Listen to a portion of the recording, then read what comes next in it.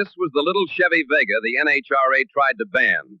Yet it went on to humiliate the biggest muscle cars in pro stock history. Among the many muscle cars that ruled drag strips in the early 1970s, one little car caused more trouble than any of them. It was so controversial that NHRA inspectors threw it out before it even made a single run. This is the story of how Bill "Grumpy" Jenkins took the small Chevrolet Vega, a car that most people hated, and turned it into a machine that beat the biggest muscle cars in pro stock. This car didn't just win races, it changed drag racing forever. The Chevrolet Vega was never meant to be a hero. When it was released in the early 1970s, people thought it was one of the worst cars Chevrolet had ever built. It was cheap, weak, and full of problems. Owners complained about engines that burned oil, rust that ate through the body too fast, and parts that broke long before they should have. Most people laughed at the Vega and called it a failure. For muscle car fans who loved big V8 engines and strong steel bodies, the Vega was nothing but an economy car for people who couldn't afford anything better. On the streets and in the magazines, the Vega had a bad reputation. Car enthusiasts were proud of their Camaros, Mustangs, and Chargers, big cars with big horsepower. Against these legends, the Vega looked like a toy. It was small, it was light, and it didn't even sound powerful. People thought it had no business being near a drag strip. In fact, many believed it was only built to save gas during the fuel crisis, not to race against monsters like the Plymouth Barracuda or Dodge Challenger. But sometimes, what people see on the surface hides something deeper. While the crowd made fun of the Vega, one man was paying close attention. He didn't see a weak car. He saw something hidden inside its small body. The Vega had a short wheelbase. It was lightweight, and it had a shape that cut through the air better than most muscle cars of the time. To most people, these things didn't matter. But to Bill Jenkins, they were the keys to building something no one else imagined. The truth was simple. While the Vega was a joke to many, it had the perfect bones to become dangerous in the right hands. And Jenkins was ready to prove that this little economy car could destroy the giants of pro stock. Bill "Grumpy" Jenkins was not like other racers. Where most drivers only cared about adding more horsepower, Jenkins focused on science. He was an engineer from Pennsylvania who believed that brains could beat brute strength. He earned the nickname Grumpy because he was serious, strict, and always focused on details. He didn't smile much at the track, but he knew more about engines and racing setups than almost anyone else. To him, every bolt, every piston, every part of the car had to be perfect. If something was off by even a little, he would notice. By the early 1970s, Jenkins had already proven his ideas worked. With his small block Chevrolet engines, he had shown that a lighter car with less horsepower could still outrun heavy Mopars and Fords. But the racing world was changing fast. Mopar teams with their huge Hemi engines were still the kings of pro stock. Cars like the Plymouth Cuda ruled the strip because of their massive displacement and raw power. Everyone thought the future was about bigger and stronger engines. But Jenkins saw something different. He understood that racing was no longer just about adding power. It was about efficiency, balance, and smart design. Power-to-weight ratio mattered more than raw horsepower. Aerodynamics could be the difference between winning and losing. Suspension and chassis setup could beat bigger engines if done right.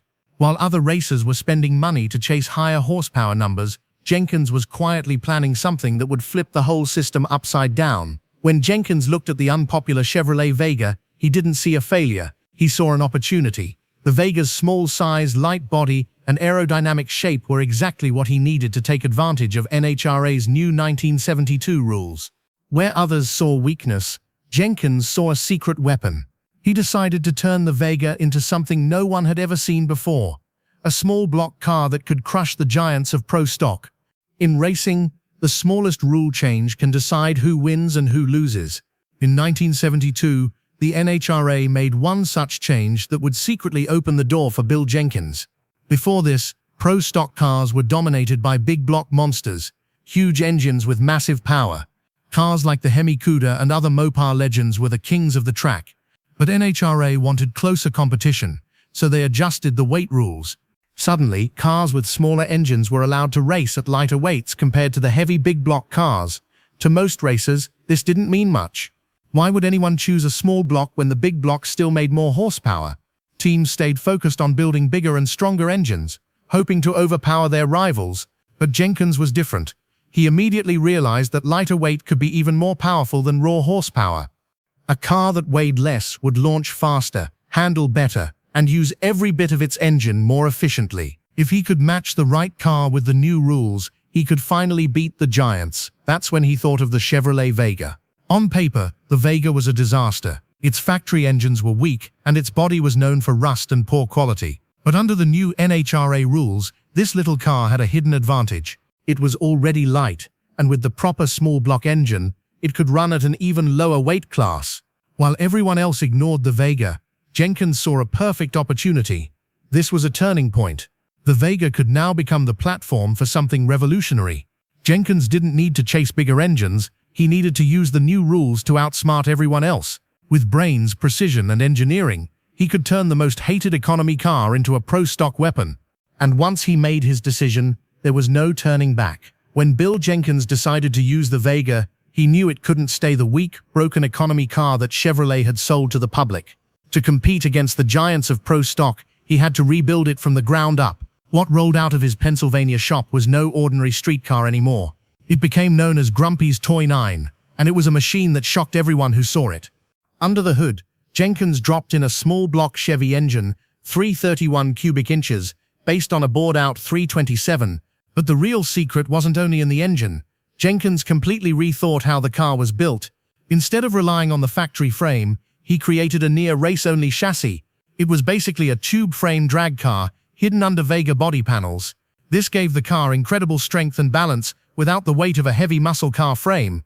The front used MacPherson strut suspension, something rare at the time, and the rear had a strong 3-link setup with a Dana 60 rear axle, tough enough to handle serious power. Every part was chosen with precision, and every bolt was tightened with care. Jenkins didn't waste anything. He believed that small details could win big races. But what really caught attention were the looks. The Vega sat low with an aggressive stance. Its headers didn't exit under the car like normal. They blasted out through the fenders, making the car look wild and dangerous. It didn't look like any other pro-stock car at the time. Fans were surprised, competitors were confused, and officials were already suspicious. Grumpy's Toy 9 was more than just another car. It was Jenkins' vision brought to life. A light, aerodynamic body matched with smart engineering. It was built to take full advantage of the 1972 NHRA rules, and it had the potential to flip the world of drag racing upside down. All that was left was to bring it to the track and prove that his illegal genius really worked. When Bill Jenkins rolled his new Vega, Grumpy's Toy 9, into the pits at the 1972 Winter Nationals, the entire drag strip stopped to look. The car didn't look like anything pro-stock had seen before. It was smaller than the muscle cars around it, sitting low with a sharp and aggressive stance. The headers shot straight out of the fenders, blasting to the side like cannons ready for war. People whispered, pointed, and even laughed at the idea that such a tiny car could take on the giants of pro-stock. Other racers looked at it with suspicion. They were used to seeing Camaros, Cudas, and Mustangs, big, loud cars with huge engines under the hood. This little Vega looked out of place. To them, it didn't belong on the same track. Fans in the stands weren't sure what to think either. Some thought it was a joke. Others, however, could see the determination in Jenkins's eyes and knew that something special was about to happen. But no one was more worried than the NHRA tech inspectors. As soon as the car rolled in, they swarmed around it. They bent down to check the chassis, measured parts, and argued among themselves. The headers were not like anything they had approved before. The frame looked too much like a race car and not a stock machine. To the officials, this Vega was dangerous because it pushed the limits of the rules. To them, it was almost cheating, even if nothing technically broke the book. Jenkins, however, didn't back down. He stood quietly, arms crossed, while the inspectors crawled all over his creation. This was exactly the kind of reaction he expected. The Vega wasn't built to fit in. It was built to stand out. By the time inspection ended, everyone in the pits knew one thing. Bill Jenkins had brought something radical, something that could shake the very foundation of pro-stock racing. Soon as the Vega arrived at the 1972 Winter Nationals, NHRA inspectors surrounded it like hawks. They were not smiling. To them, this little car looked too strange, too wild, and too far from what pro-stock was supposed to be. The first problem they pointed out was the headers. They blasted out of the fenders instead of running underneath the car like normal. The officials immediately called them illegal. Then they crawled under the chassis and shook their heads. The tube frame design looked more like something from a professional race car than a stock machine. The inspectors argued, wrote notes, and called in more officials. To the NHRA, the word stock was important. Pro stock cars were supposed to be based on real street cars, and Jenkins Vega didn't look like one anymore. It looked like a full race car in disguise. They believed this car broke the spirit of the rules, even if it didn't technically break the words on paper. To them, it was dangerous to let Jenkins compete with such an unusual design. So they made a decision. Grumpy's Toy 9 would not pass inspection. It was thrown out before even making a single run. For most racers, that would have been the end. Months of work wasted, dreams crushed in an instant. But Jenkins was not like most racers. He refused to quit. That night, instead of packing up, he worked with hooker headers to redesign the pipes and make adjustments. He stayed in the garage, pushing his crew to work late into the night. By morning, the Vega was back, slightly changed, but still just as dangerous. This moment showed the world who Bill Jenkins really was. He wasn't just a clever engineer. He was stubborn, determined, and fearless. If officials thought they could scare him away, they were wrong. Jenkins had built this car to race, and nothing, not even the NHRA inspectors, was going to stop him. When race day finally came at the 1972 Winter Nationals, no one expected much from Bill Jenkins and his little Vega. After all, it had just barely passed tech inspection, and the other cars were huge Mopar and Ford machines that ruled pro stock. During qualifying, Jenkins Vega only managed 17th place with a 9.9-second pass. To most people, that was proof that the car was nothing special. They laughed and thought Jenkins had wasted his time. But on race day, everything changed. Jenkins and his crew worked through the night, fixing small issues and fine-tuning the setup. When the Vega lined up for its first elimination run, people were still doubting it. Then the lights turned green. The Vega launched hard, its small block engine screaming, and it ripped down the track with a time in the mid-9.6 seconds. The crowd gasped. This little car was much faster than anyone thought possible. Round after round, Jenkins kept moving forward. Each time the Vega beat bigger, louder, and more powerful cars. Competitors who thought they would crush Jenkins were left stunned at the finish line. The Vega's lightweight and smart design gave it a huge advantage off the line. While other drivers struggled with traction and heavy bodies, Jenkins' car stayed balanced and smooth. It looked effortless, like the car was built for this exact moment. In the final, Jenkins faced Don Grother, one of the well-respected names in pro stock. Fans expected the small Vega to finally fall short against a seasoned racer. But when the race began, there was no contest. Jenkins shot ahead and never looked back. The Vega crossed the finish line first, winning the event in its debut. The shockwaves were instant. Fans couldn't believe what they had just seen.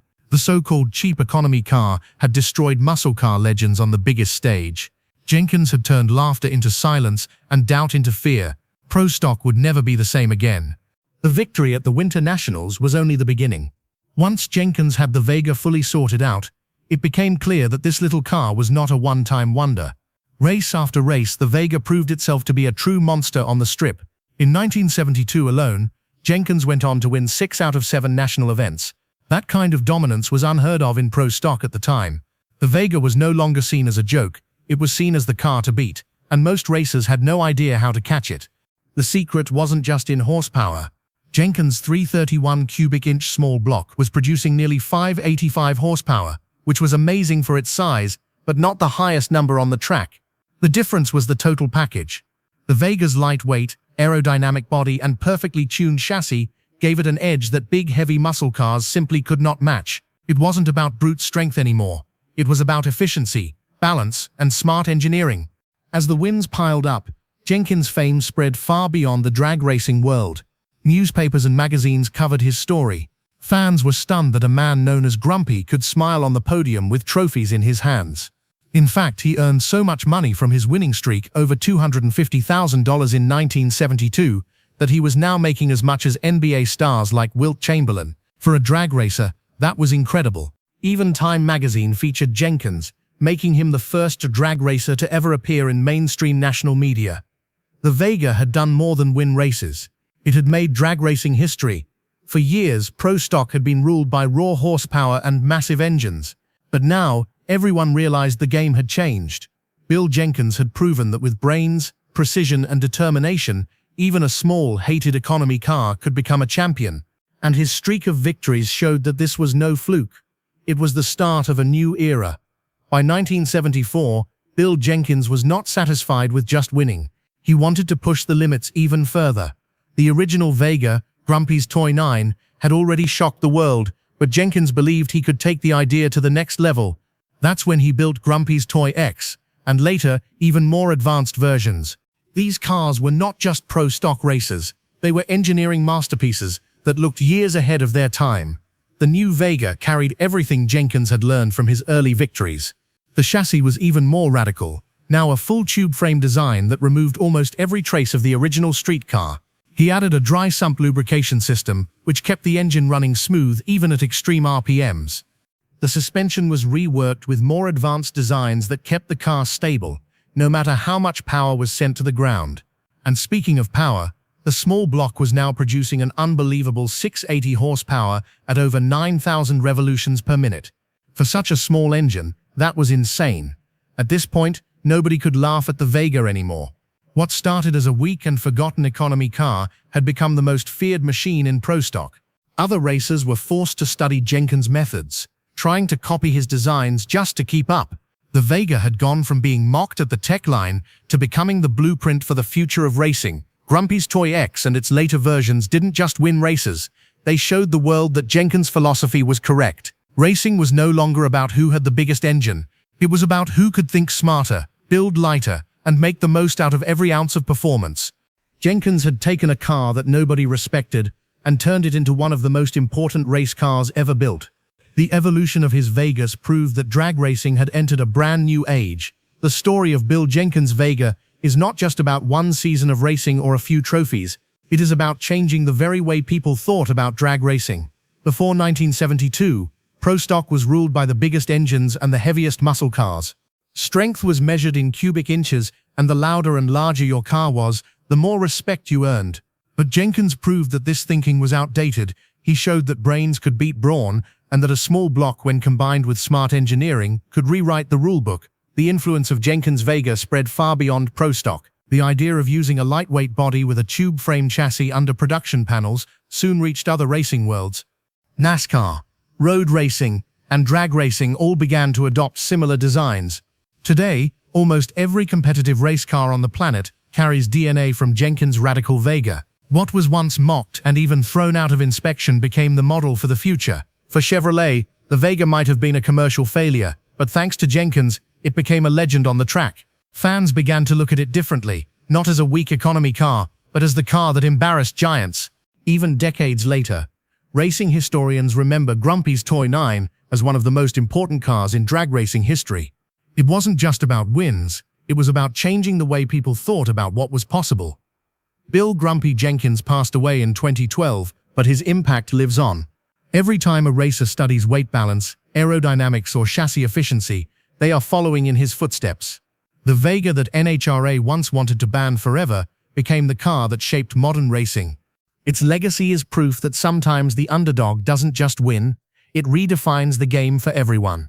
The 1972 Chevrolet Vega, Grumpy's Toy 9, started as a joke and ended as a legend. It was the little car that the NHRA tried to ban. The car that shocked fans, crushed rivals, and changed the future of racing. Bill Jenkins proved that true genius is not about following the rules, it's about rewriting them.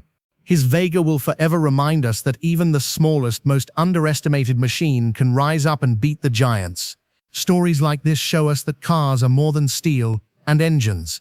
They carry dreams, rebellion, and history inside them. They remind us of a time when one man's vision could change an entire sport.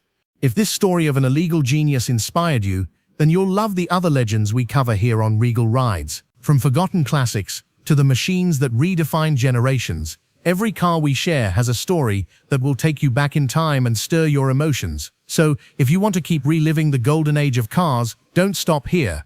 Hit subscribe, join our journey, and dive into more incredible stories waiting for you on our channel. Because the Vega may have been banned once, but its spirit, and the spirit of classic racing, lives on forever in every story we tell. The mid-1970s were a dark time for performance lovers. Government regulations, rising insurance costs, and the oil crisis had slammed the brakes on Detroit's muscle car revolution. Horsepower was fading, engines were shrinking, and many believed the golden era of speed was gone forever.